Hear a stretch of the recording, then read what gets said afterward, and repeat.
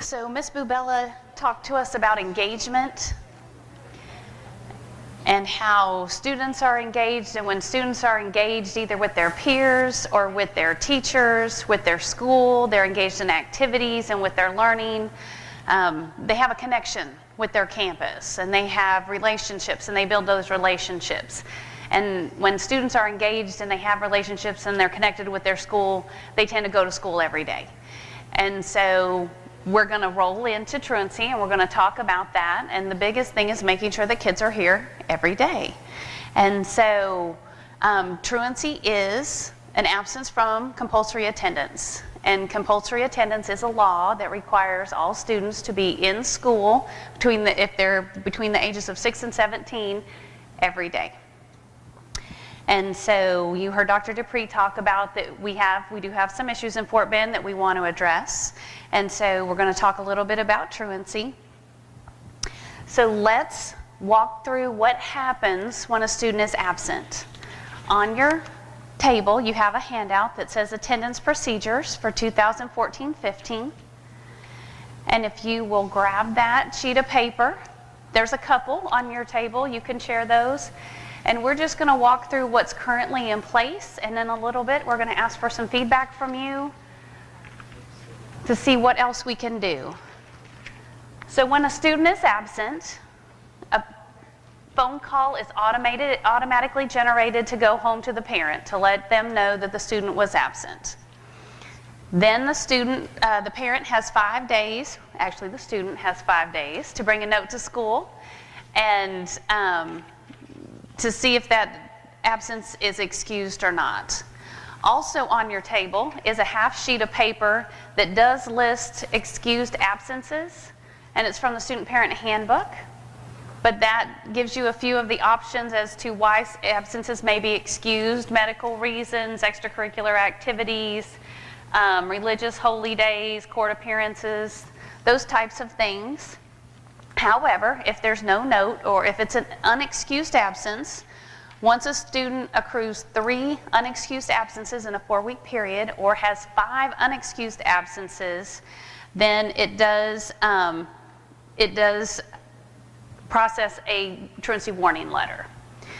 And so that just lets you know that where we are. And so you have a warning letter that comes home. And then if a child accrues another 3 unexcused absences in a 4-week period, then we ask them to come to our truancy diversion program, a TDP. And when parents and students attend TDP, then the complaint can be dropped. And I would like to say we have a 70% attendance rate at our TDPs. And then of those 70%, 60% of those families, those students do not continue to be truant. And so we are pleased with that, but of course we would like that to be better. So if they are unable to attend the TDP the first time, we do invite them to a second. We try to get them to attend the truancy diversion program. If they choose not to, then the complaint is not dropped and it will be filed with the court.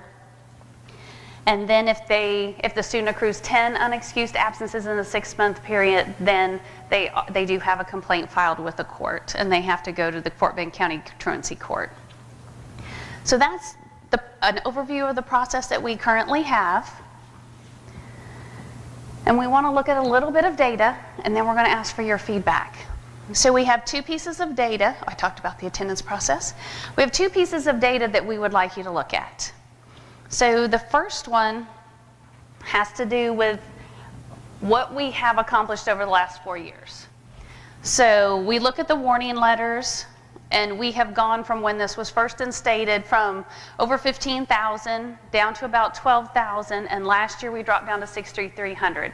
So we are showing improvement, but again, we want all of our kids in school every day. So this is still not good enough, and so we want to know what we can do to do better. The second piece is our TDPs, and you can see there that it has also dropped. And then our complaints have had significant drops from almost 84,000.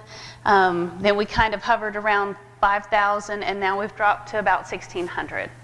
And so that is a number of complaints that are valid complaints that are filed with the court systems. And so again, significant drop, but we want our kids in school and we don't want them being truant. The second slide shows our population and the diversity in Fort Bend ISD. So when you're looking at the diversity slides, first of all, we have our students receiving truancy by ethnicity, and then we also have the breakdown of our students in Fort Bend ISD.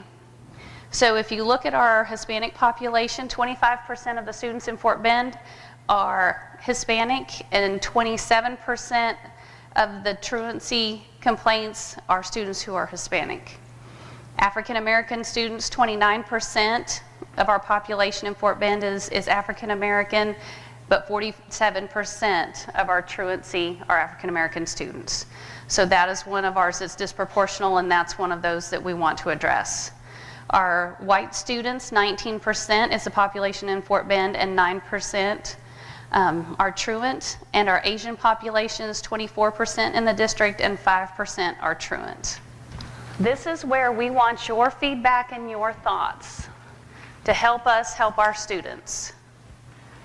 So the first question is, why do you think children miss school for reasons that are not excused? The second question is, what can each of us do to improve student attendance?